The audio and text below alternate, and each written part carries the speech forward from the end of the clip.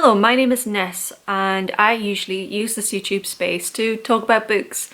And if you've been following me for a while, you'll notice I haven't posted in a long time. I haven't filmed in a very long time. It's maybe been about 2 months since I've sat in front of a camera to film with the intention of uploading something soon. And you may have missed if you didn't see on my Instagram that I've not been doing very well because there's been an increase in negative comments about me, which feed into some of the anxieties that I have about myself and the reinforcing negative opinions of me to me. And that had a huge battering on my mental health, and I spoke about it on Instagram and I got such an outpouring of love, which I never expected, of people telling me I can't let people like that win. I'm not really in a mindset yet where I feel like I agree with that and I can deal with that. So for now, my husband is going to check my comments, so please say hi to him if you're leaving a comment, because he will be looking at these first, to allow me to just focus on having conversations about books. That's why I make YouTube videos, is to chat with people about books, and I didn't see the point in making YouTube videos with the comments off to protect my mental health, because I am here talking to a camera.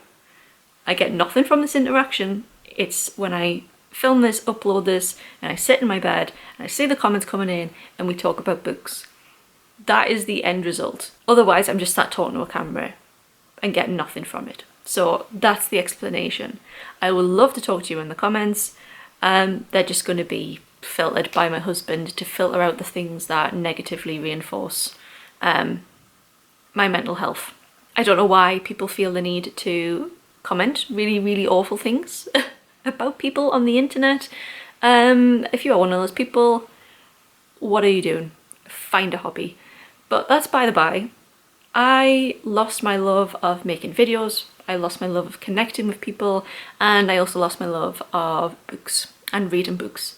And I can't afford that because I have all of these to read. This is my TBR. So I can't afford to not love books anymore, because I don't know what I would do with all of these, and I also would have no hobbies. So I'm sitting down in front of a camera right now to reset a bit, just to dial this right back to basics and see if I can spend a long weekend loving books again and loving this. And if I don't love this, then I know that this was not right for me to come back. I was very set in my decision to not return to YouTube, and I said that in my Instagram reel. So this is my last attempt of seeing if I can overcome this issue of my comment section isn't always a healthy place for me because of the things that people have been saying about my abilities, my life, the way I speak. I wouldn't put myself in a room of people who would say those things to me, to my face. You would protect yourself from that. So I had to take the same approach with the internet space, which is what I thought was going to be better for me in terms of just saying, yep, this is the issue I'm having, I'm not doing this anymore. But my husband did propose a solution, which was for him to filter my comments. I don't know if it's fair for him to do that, to see the negativity about his wife, if that does happen, which is inevitable. Because as people say now, if you put something on public domain, people have the right to comment whatever they want. That is not the case. Just to reinforce, I live in the United Kingdom. There is laws against bullying online. But I'm just going on a rant now, and I really want this to be about books. I'm not trying to dwell on that. I thought that I could start this little revisiting books and reading project with opening some Waterstones parcels that have came to me that I've not even wanted to open. I don't know how long I've had some of these. There's only 2. I think I've had one for a few weeks, but my relationship with books has been the worst it's ever been, and I didn't know what to do about that. And like I said, this is my main hobby, and I'm just going to continue spiraling if I don't revisit my hobby. So we've got these 2. So I'm going to open these, see what they are. I can't remember what I've ordered. I'm going to pick up a book and I'm just going to read. My months are themed in reading, so November, December, January, February, I set all my TBRs well in advance based around a reading theme. November was reading cozy fantasy, January was reading 5-star sequels, February was reading books that I've had on my TBR the longest, and I intended to vlog all of those. The November vlog is out and you can watch it. The January one was mostly filmed, and that's when the negative comments started, so I never edited it. February, I never finished filming it because this is when it all happened, so you haven't seen those, but I still hope that I can get them out in some semblance. But they seem like really big projects because they are hours upon hours long. I just thought just vlogging a long weekend might be a good thing to do. I usually unbox Fairy Loot and Illumicrate boxes, and I have my February boxes still there. I just don't think that I can make the standard of content that I usually do with my happiness and projecting, you know, how amazing the product is in this mood. So I'm saving them for if and when I feel better. If I don't feel better, then I'm just going to open them in bed. But I just wanted to make this my last attempt to see how I feel. So enough of the rambling. I'm going to open these and see what I ordered. A book haul is a guilty pleasure for a reader, so I'm hoping this cheers me up. So this is Faith Breaker. This is the third book in its series. The first one I got Illumicrate, the second one I got Waterstones, and then I realised that actually the editions went really well together. It has digitally printed edges, and this is also a signed copy, and it has really nice end papers.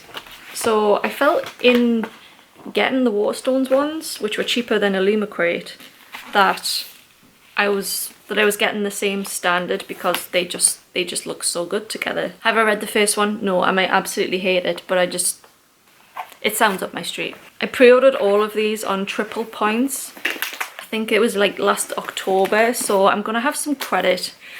I might pop to Waterstones this weekend and treat myself. Not that I need any new books.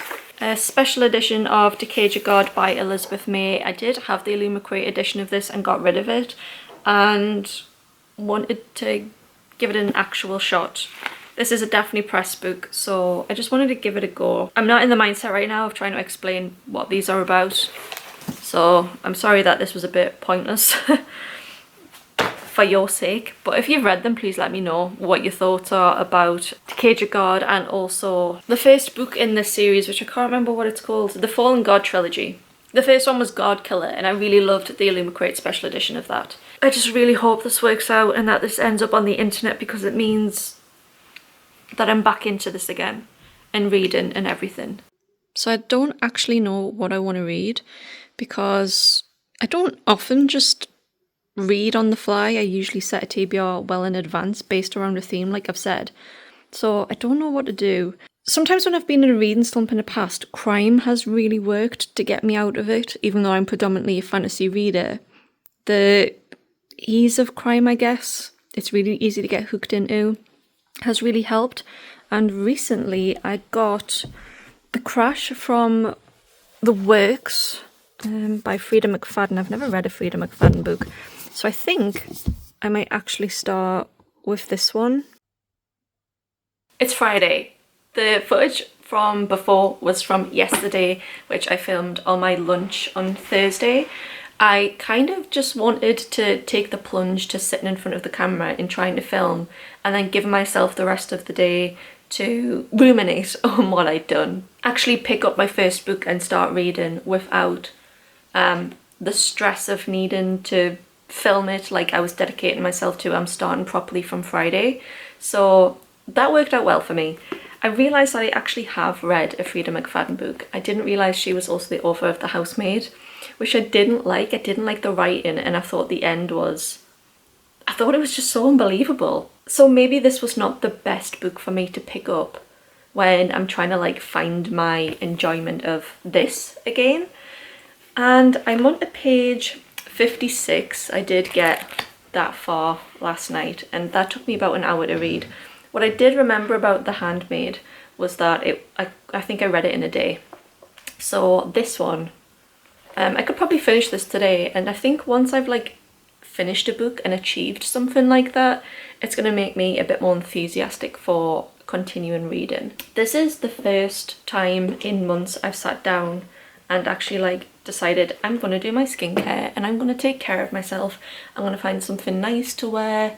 I'm going to do my hair. Oh, so obviously yesterday I was kind of ranting on about like the effect of negative comments and what they're having on my mental health, like the impact on that, and how I'd seen a growth in negative comments, but that isn't the cause of how I'm feeling right now. Really, it's like, it's just the straw that broke the camel's back. I am under so much like physical and mental stress.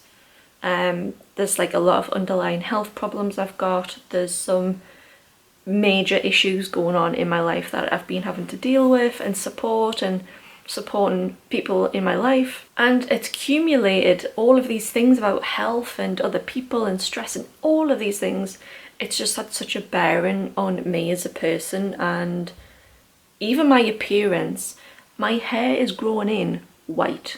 I've always had like a touch of grey hair because I started going grey really early, but this whole growth is, you can't really tell on camera, but it's pure white, and I'm hoping that it's not permanent. I did read that once stress is removed from your life, that things like that go back to normal. So I don't think I'm going to do too much makeup today because I don't want to overwhelm myself, but I want to do my skincare. I've actually been invited to a community iftar tonight.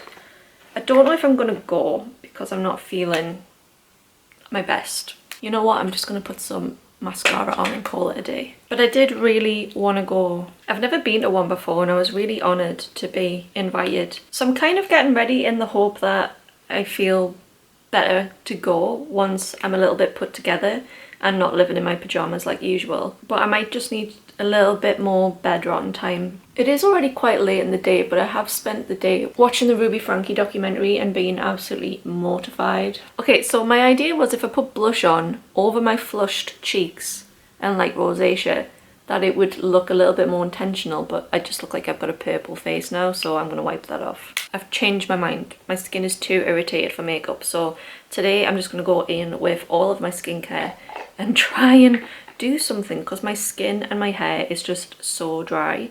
If anyone who has dealt with dry hair and dry skin maybe is part of like perimenopause, can you please let me know how you deal with it, because I'm really struggling. Anyway, back to Ruby Frankie. I think YouTube needs to do something. Well, all social media needs to do something to address family vlogging. I know that's such like a general statement, but I just can't believe that this was allowed to go on.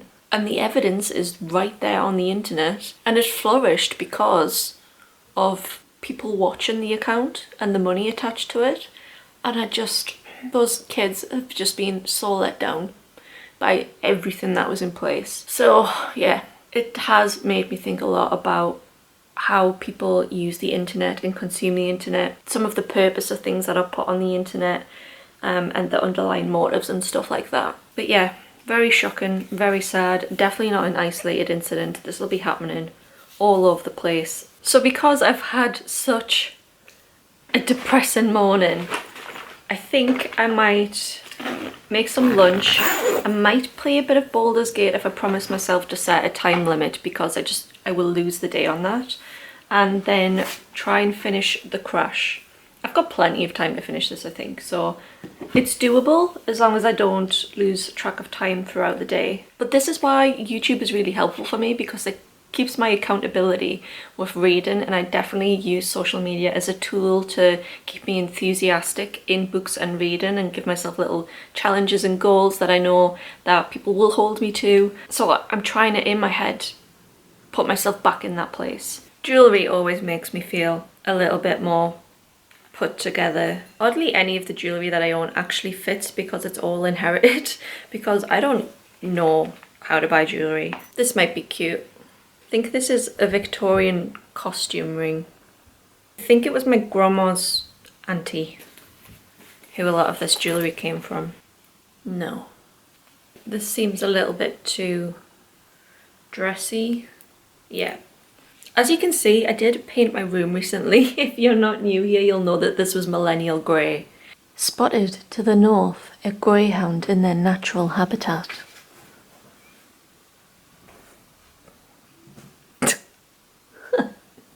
Good attempt. They wrote, I think I was the first platform I highly doubt anyone actually at the time I blocked content that I thought. Honestly, I can't make my life up. I've achieved absolutely nothing. It's 3 o'clock, but I've done nothing at all because I've spent hours on the phone to engineers and insurance and blah blah blah, drainage stuff. Basically, my house is falling down. Yeah. Subsidence. I don't know if the insurance is going to cover it either. Everything is literally falling down around me. Unbelievable. So I'm going to do what I do best, and I'm going to procrastinate.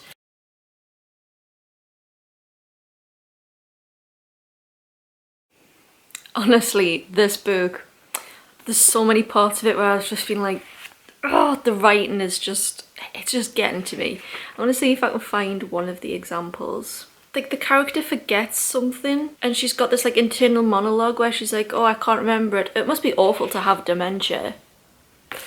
And then here, so somebody has asked the main character what their name is. So he asks her, what is your name? She responds, and then he says, Hank, he grunts, although he says it as if slightly annoyed by the human tradition of assigning names to people and animals. Is that... what does that even mean? Am I just being too autistic for this? Because that just seemed so unnecessary and gave me nothing about the character at the same time.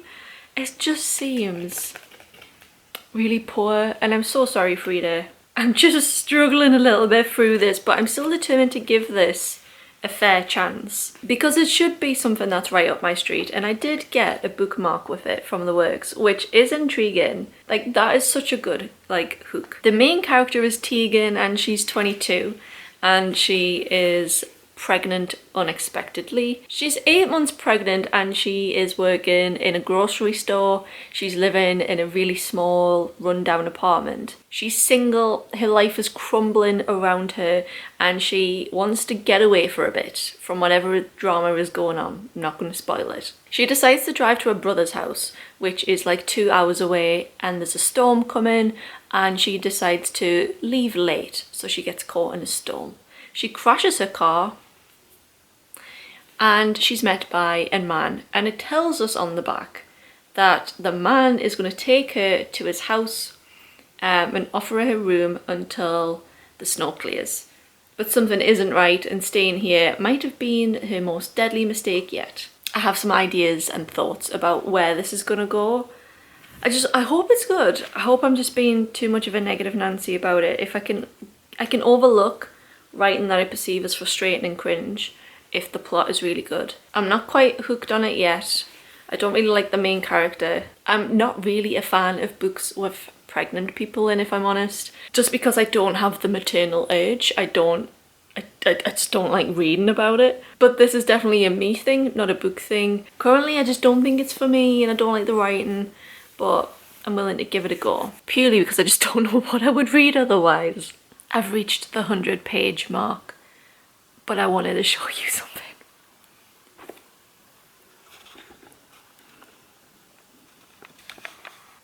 My little bean. So we do have a view about what's going to happen in this book, and if it's any other ending. I will actually be surprised.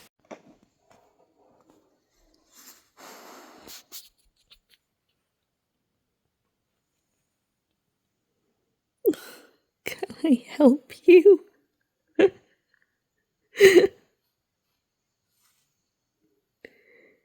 Thank you. I'm over halfway now and it's time for me to do my skincare. Mango has been quite needy tonight because her dad is out. So I've spent quite a lot of time just cuddling her and being with her and enjoying her company. So the thing that I thought was going to be the twist, which I was like, I bet my money on this, actually is not a twist, it's kind of just the plot. So I was happier about that. This is a thriller, but I actually find this book incredibly sad. I think the underlying themes of the book are just sad, and there's been times where I've just wanted to put this book down and cry. That's not the intention of the book at all. I think it's supposed to be like a, ooh, how's this gonna end and things. But I'm just like, no. Everything about this book is sad. I think the trigger warnings are really important to discuss. There's a few cropped up throughout the book, and I'm going to save to talk about the trigger warnings until the end because there might be more. You can absolutely tell it's by the same author of The Housemaid because it uses a lot of the formula of The Housemaid, in my opinion. And I think if you liked that book, you would really like this one. Because of how sad it is, it's just not for me still. It's not like the crime book that I was looking for in trying to return to reading. But it's such a quick read that I do want to get to the very end. I'm hoping that it's going to have a really positive ending for most people involved in this book. I really don't feel like skincare does anything, to be honest, but it just feels so nice to be taking care of yourself. I do think giving myself a long weekend to make a reading vlog instead of the monthly projects that I was doing to try and get back into things was the right decision for me, and also just letting myself pick up any book that I felt like reading off my bookshelf was also the right decision. I really don't think I would be sat here talking to a camera about the book I was reading and doing my skincare if I'd done it any other way. I'm actually at a point now for the first time where I think this video might see the light of day.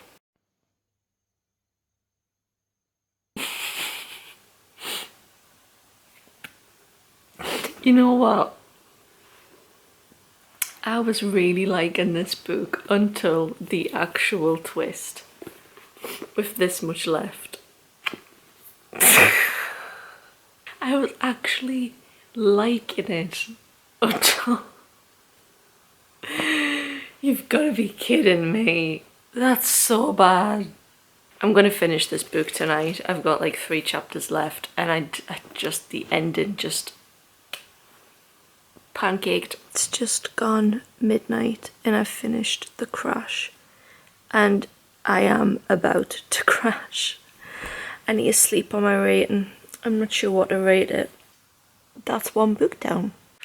I slept so bad last night, which I really don't need today. I actually feel worse today than yesterday. Even though I went to sleep last night, so proud of myself for actually finishing a book and doing everything that I needed to achieve yesterday, which was just, you know, do some reading, tidy up a little bit, go to the shop. Today I feel terrible, but healing is not linear. Dragged myself up to talk about The Crash. So I've rated this a low 3-star. I actually liked the ending for the characters that I was reading about. I thought the actual like twists and turns at the end were so frustrating. But if I just like forget about that bit, the actual like crime part of it, and focus on the characters and the outcomes for the characters, I think that the ending was satisfying for me. Predictable, but actually I think this was the book that I needed in the end. I just needed a book that I could just sit and read in a day, and that was definitely this one. The flow of the book was really good, and it was really fast-paced to read. It wasn't like flowery writing, wasn't necessarily overly descriptive. I can see why Frida McFadden is a lot of people's guilty pleasure. When I was actually looking on Goodreads, because I do use other people's reviews to think about how I want to star a book, especially if I'm uncertain about how I feel about it, I went to the negative reviews. And usually if I feel quite negative about a book, the negative reviews help me reinforce that yes, actually these were things I didn't like and they're warranted. But the things that people didn't like about this book, I didn't agree with. Thought this book was so beyond sad for most of the characters in this book, and I think that this book was a kind of a testament to how bad people can do things out of sheer desperation, and that how the trauma in our lives can turn us into people that we don't want to become, or can make us lose complete sense of justice and morals and lawfulness. There's definitely times in my life where I've been pushed to desperation to the point where I'm like, I could carry out an act that would be totally illegal and unethical and everything. So I liked that part of this book. In terms of trigger warnings, I would say definitely pregnancy, rape, fertility problems. They are the big main three. I don't particularly think this would be a very good idea to pick up if for someone who is struggling with fertility. But in the end, I liked this more than The Handmaid. So that was really surprising. I think I would give another Frida McFadden book a go, but maybe if I got it like on a £1 Kindle deal. Not that I ever shop on Kindle. And I've started a new read. The Crash didn't really give me what I wanted from crime, so I've picked up Sharp Objects by Gillian Flynn, who is the author of Gone Girl. I DNF'd Gone Girl, but I really enjoyed the movie. I thought that was a book which translated better into film, and I thought that the main actress did a fantastic, phenomenal job, and I think she made that herself. She's actually who I'm picturing for the main character of this novel, just because she brought that character to life so much and they're quite similar in tone. This is very short, it's only 250 pages. The audiobook of this is 9 hours long, so I think I can probably read this in about 6. I'm currently on page 22 and I'm actually really enjoying it so far. Not a lot's happened, but it's just setting up for the crime, which is one child has been murdered and another child has gone missing, and a reporter has gone back to her small hometown from Chicago to investigate right on whether there's a serial killer in the town. I don't usually have American paperback books, but this is one and I love how floppy it is. I got this in Barter Books with my credit, so I thought I'm going to give this a go. It's another one off my shelf. We do need to talk a little bit about my unread book TBR.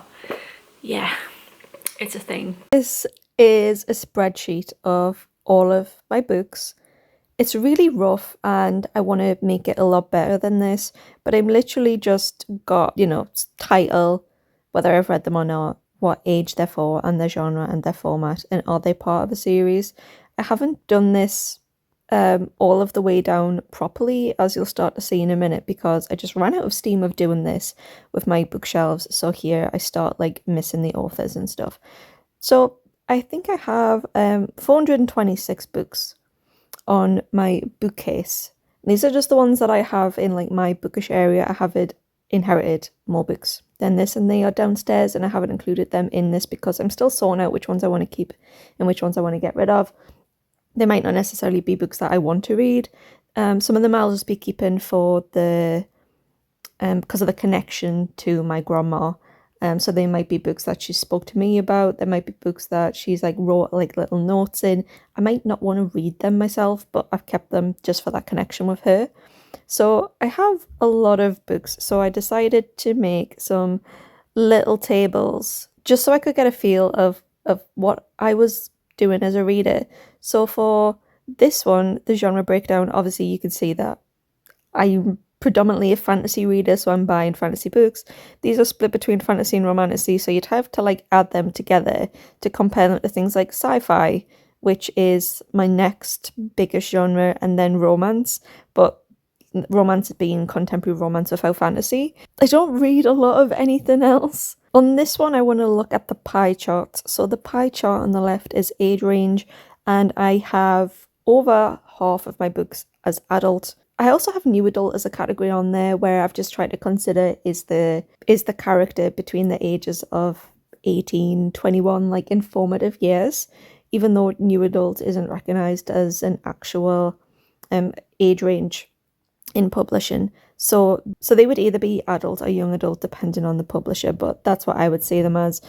Young adult makes up just over a quarter of my books. I'm trying to cut down on the number of young adult books that I have, just because they're the ones that I'm not going to pick up as much. And I do have 8 middle grade books. They're kind of like Frost Heart and things like that. Maybe books that I've read and thought I really, really like that, and I'm saving them for a child in my life in the future. Looking at the pie chart on the right, you can see that I've read a quarter of my books, and I have 75% of them unread, which I think actually a quarter is a decent amount of books, because I typically will read books and get rid of them, and I'll only keep them if either I think I might reread them in the future, which is very rare, or if I'm, like I said, I'm keeping them for somebody else.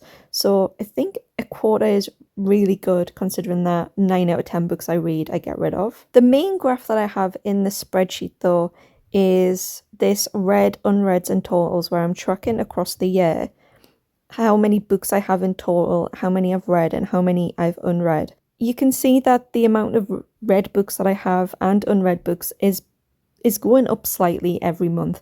Now I do this at the end of each month, so for March this is currently my snapshot of right now because I updated it yesterday, but that is based on these numbers over here. In the top left you can see in January I had 104 read books and I had 314 unread. Total was 418. So then I read 4 books in February and kept them, and then I've read an additional book this month and kept it so far, but I'm also buying books as well. So I've acquired 8 books between now and January. My ultimate goal is to reduce my total books down to about 350 by the end of the year. So I know I'm acquiring books every single month because I'm getting a Luma Crate and Fairyloot. I need to be unhauling more than that every month to ultimately reduce by the end of the year. I think I'm going to do like updates on this little spreadsheet as I go along throughout the year because I think it's quite interesting to see people's habits. I'm making such a conscious effort at reducing my TBR and actually it's increasing. Yeah, that was just my little reading spreadsheet. Today needs to be a day of housework, so I'm actually going to finish reading Sharp Objects today at 58 pages, which I think is pretty good. This book is a lot more slower to read, even though it's actually a shorter book than The Crash. This is really in-depth. The writing is like slightly smaller on the page, so I don't know. This is really good, I'm enjoying it, but it's just so much harder to read than The Crash. Gillian Flynn is a really skilled author. I think this is her debut novel as well, which is really impressive. It's quite grim though, like some of the things that's happening, I'm like, oh, that was like really taken aback by that in this novel. We're still not much more further forward with like crime and plot. I feel like a lot of this is being based around the main character returning to her hometown and how she feels about that.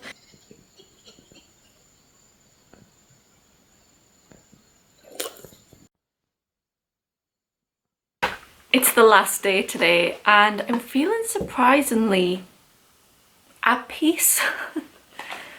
I don't know whether it's just because I've been forcing myself to try and get back into things I enjoy and be productive. I don't feel quite ready to like take on the world yet, but I'm feeling so much better in myself than I was a week ago. I'm almost finished Sharp Objects. I'm on page 202 and there's 252 pages, so I'm exactly 50 pages to go. I'll definitely get this finished today. I don't know what to say about this book other than this is effed up. One of the most effed up books I've ever read. It is so dark.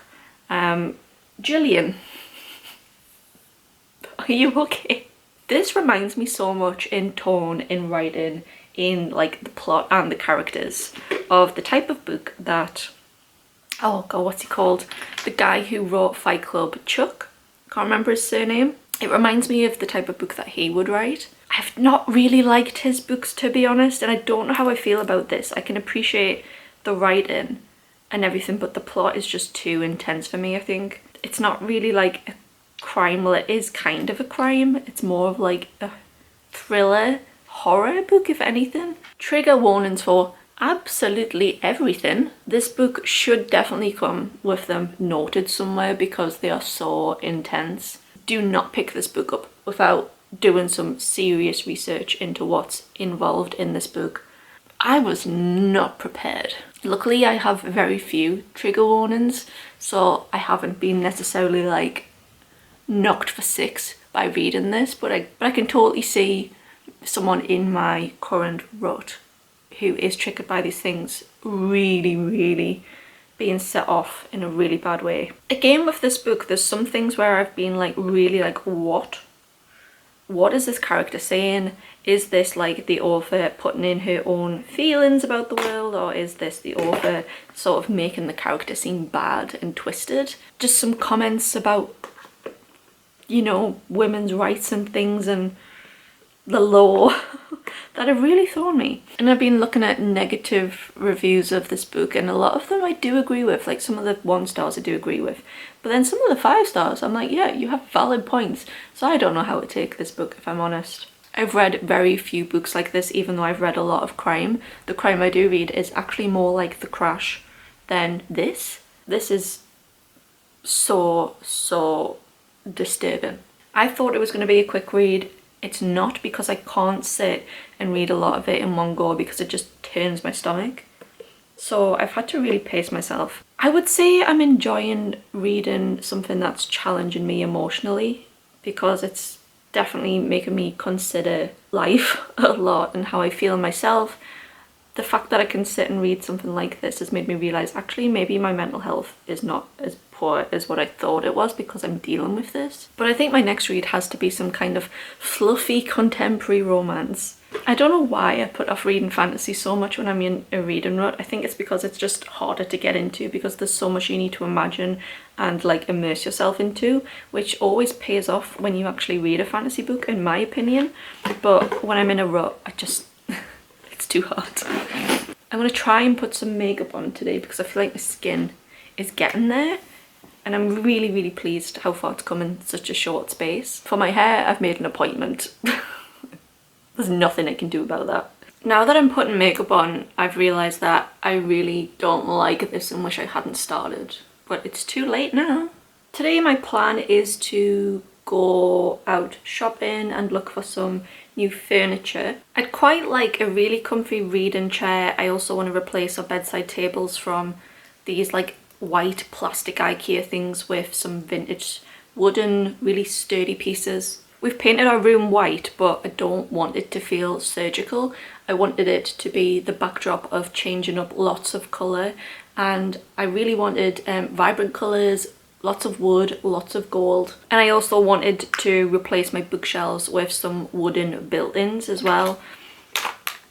My husband's doing a lot of woodworking at the moment, so I'm hoping that he feels confident to try and build something. And if I'm out and I just so happen to see some things to treat myself with, I don't really have the treat yourself budget, but if I'm looking like in charity shops and TK Maxx, I might find some things. The shop that I'm gonna go to look for secondhand furniture also sells books free for £1, and every time I've gone in there I've came away with 3. I mean, it's rude not to. That includes hardbacks as well, which is so good. I'm not feeling this.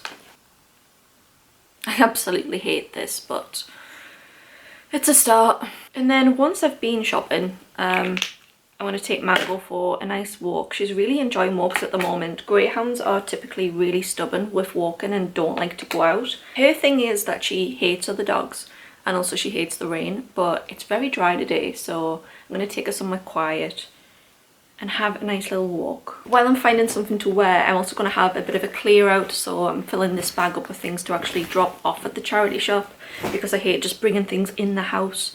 So I have this compulsive need to get rid of things, to replace things. So I'm going to clear out my very full wardrobe, and that'll just make me feel a little bit lighter as well. I thought this top would be very fitting for today.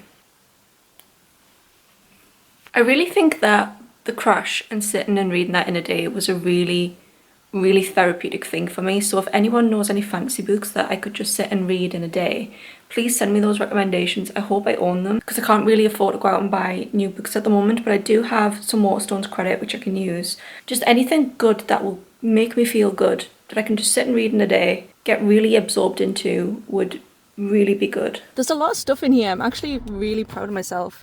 So that was actually quite a successful trip. I really enjoyed that. I was going to skip the clothes because I didn't think that there'd be anything really good in. Charity shops in this area are usually just full of Primark stuff. But I actually looked, because the way that they'd organised everything by like pastel colours and deep colours, it got me really interested in what they had, and I saw this really lovely Levi top which I really wanted, but it was £15 and I just couldn't bring myself to pay that. Beside it was a Barber one that was £18, and even though these are like really big brands for charity shops and I think that they're actually reasonably priced, that's just not something that I can afford right now. The book section was really disappointing. Like, I didn't even really stop to look very much there. I don't think I saw like a single book in the genres that I read. So I just left that really quickly. There was a really big vinyl section, but it was full of older men. There was an excellent glassware and ceramic section that had really, really nice plates, and they were all £1, and I was really tempted by some of them. I saw this little cup pot thing which really reminded me of what they sell at Anthropology right now, but this was handmade and hand painted, and this was £5. What I was looking for when I went to the charity shop was lighting and bedside tables and prints, and there was some beautiful artwork. There was this painting for £5, this gorgeous pink flowery painting, and I was so tempted to buy it because I just thought that's like such skill and talent. I really like things that people spend a lot of time making. The lighting section was also disappointing. I did find these really nice suitcases. I actually have the smaller version, and they were £5 for a set. They're from Antler, but these looked in brand new condition. Like £5 for 2 suitcases. Are you kidding me? Before I left, I was tempted to pick up this dress which had fruits on it, and I was like, yeah, that's definitely not my style. I'm still trying to figure out what my style actually is, but I did spend £8 and picked up 2 pieces, a top and a tote bag. So the tote bag was £3, and I think this looks pretty much brand new. It says Lonely Hearts Motel. I don't know what brand this is. It's quite small. They had multiple colours, so I think that the brand must have donated them, because they had them in like this type of washed out pale pink and yellow. This was £3. I really like tote bags. It reminds me of like going on holiday to Florida in the noughties, like the palm trees, this really old retro style, but I just don't know the brand. So I got that. I thought that was really nice. And then I also got this top which was £5. It is Gap.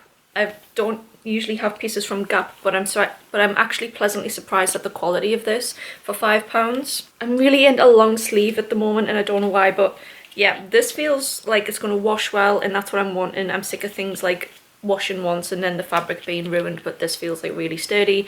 So they are the 2 pieces I bought, which is not a lampshade, not bedside tables, not wall art. Once I finish my food, I'm going to do a little bit more reading, some tidying. Still haven't taken Mango for a walk, but mentally I'm feeling good. As enthusiastic as ever about going for a walk.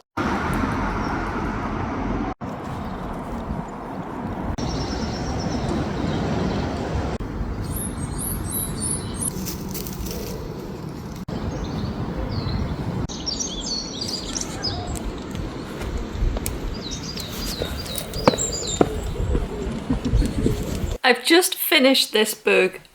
This was so sick and twisted. Oh god. I actually didn't know what to rate this at all, but I've rated this 4 stars on Goodreads. There were so many things about this book that I just genuinely did not like, but I can still appreciate that it's a bit of a masterpiece. So much better than Gone Girl the book. I'm not sure how this would translate to TV, although I do think that there's been like a TV movie made about this. I would describe this as horror thriller. Oh my god. It reminds me of The Eyes Are the Best Part, and the types of books where women are absolutely, they have a sickness. But this being way more adult, way more disturbing, way more graphic and vulgar. And like I've said, the trigger warnings galore for this book. I actually think I'm gonna pass on The Crash, but I think I'm gonna keep this one for a little bit, because this is, it's kind of like, when I've been reading things like The Eyes Are the Best Part, when I've been reading Bunny, I've kind of like toyed with the idea of going a step further and it being way more disturbing, and I think that's this one. Definitely given Chuck vibes. The writing is brilliant, but if you're wanting to read a book where somebody is likable in it, this is not the book for you. I thought that it was predictable in terms of it being...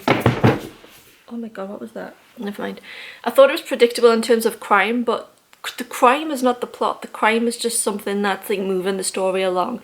I would say that this book is like a psychological horror thriller about women and motherhood, kind of very similar to this, but really not at the same time. These are totally different planes of existence. The effects of having a poor mother on yourself, which I think is a really big part of life and humanity that kind of goes brushed under the carpet, whether knowingly or unknowingly cause harm to their child, which they carry through them in life, and they act out that trauma in various ways. But it's something that I don't read a lot about in novels when I think about it. So this one, it made me sit and ponder and made me sit and think, but I am thoroughly vulgared out and creeped out, and I feel like my brain is going to go to mush because of the sheer stress and anxiety that this book has caused. If you've read this, please let me know what you think. I'm really struggling to put into words what I feel about this in general. It's fried my brain. What I do need now though is something really light. I can't believe I've actually just, I've read this in like 3 days. That's so impressive. I'm so proud of me and I feel better. I feel really good. I feel like I could cry about how good I feel. I'm looking at my unopened fairy loot boxes like, I want to open you, but I don't know whether to do it in this vlog or do it in another video. I keep reading my comments that I got on my Instagram reel where I was talking about like struggling with negative comments, and reading those comments, and some of those were like free therapy. If you're feeling like down about yourself on social media, just go to that comment section, because some people really gave some great advice about improving your self-confidence and self-worth and things, and I'm just so grateful to people, honestly. And for once, I'm actually very excited to pick my next read. So of all the books on my shelves, the only actual romance book I could find was The Fiancé Farce by Alexandria Bellefleur. I actually got this in the charity shop that I went to today, but I got it a couple of months ago instead, and I bought it when it was 3 for £1. So this being like 33 pence was an absolute steal. She's the sapphic author of Written in the Stars, and I absolutely adored this book, and I actually finished this about a week before finding this one, so when I saw this I absolutely snatched it up. That was a 5-star read for me. I don't usually like contemporary romance, but this was a sapphic novel that I adored. Highly recommend for people who like sapphic romances and are over the age of 18. So I'm hoping that this one will be just as good. Well, I never expected to film the outro to this video the next day, but what happened was, yesterday I got really into The Fiancé Farce, and I got over 100 pages into this book, which is over a quarter of the way, and then I fell asleep while I was reading it, so I wasn't able to do an update just to round out this video. This book, I'm in love with it. I'm absolutely in love. So The Fiancé Farce is like kind of like a hybrid of the Dreamland Billionaire series and Written in the Stars. Written in the Stars was like arranged dating, like contract fake dating, and the Dreamland Billionaires was kind of like about not being able to inherit your fortune until you marry. So this is like the hybrid of that. This is both of those things. That's the two tropes that are in this novel, but it's sapphic. The main character is bisexual. She owns a bookstore, and she's lied about being in a relationship with an influencer, model, and social heiress. She gets caught up in that lie, and then that leads into this like arranged relationship that they've got, arranged engagement. It's just so good. This was the book I needed to get me back into reading. It was this one. I really think this is going to be a 4 or a 5-star read. I can't believe that I started this video feeling really down and unmotivated, and I'm ending it with genuine excitement about reading. And this couldn't have gone better this long weekend. I really feel like I'm on a good track. If you've watched this though, I do want you to bear in mind that it seems like I've come a long way in such a few days, but this is just part of a much broader journey that I'm on about my mental health. And this is something that I'm going to have to work on for a little while my life stabilizes. I've actually found doing a long weekend vlog pretty good. I've actually enjoyed it more than doing a monthly vlog. I'm really excited to finish this book and read more of this. I'll talk about this in the next vlog. I am hoping to do a wrap up as well soon. So I'm not putting any pressure on myself to get these out, just when I feel happy and content to do it. So thank you for watching. Thank you for returning to my channel. I really do appreciate it, and I hope everyone is well. I'll see you maybe in the next video. Bye guys.